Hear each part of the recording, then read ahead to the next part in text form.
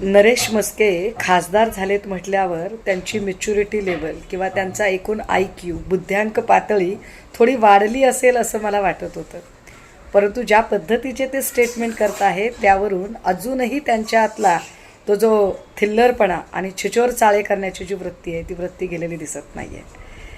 मंत्रिमंडळामध्ये शिंदे गटाला एखादं मंत्रिपद मिळण्याची आशंका आहे आणि ते मंत्रिपद आपल्या पदरात पडावं यासाठी आदळआपट करून वाटेल तो आक्रस्ताळेपणा किंचाळणे आरडाओरड करून काहीतरी न्यूसन्स व्हॅल्यू क्रिएट करून आपल्याकडे लक्ष वेधून घेण्याचा अत्यंत बालिश प्रयत्न नरेश म्हस्केंकडून चालू आहे.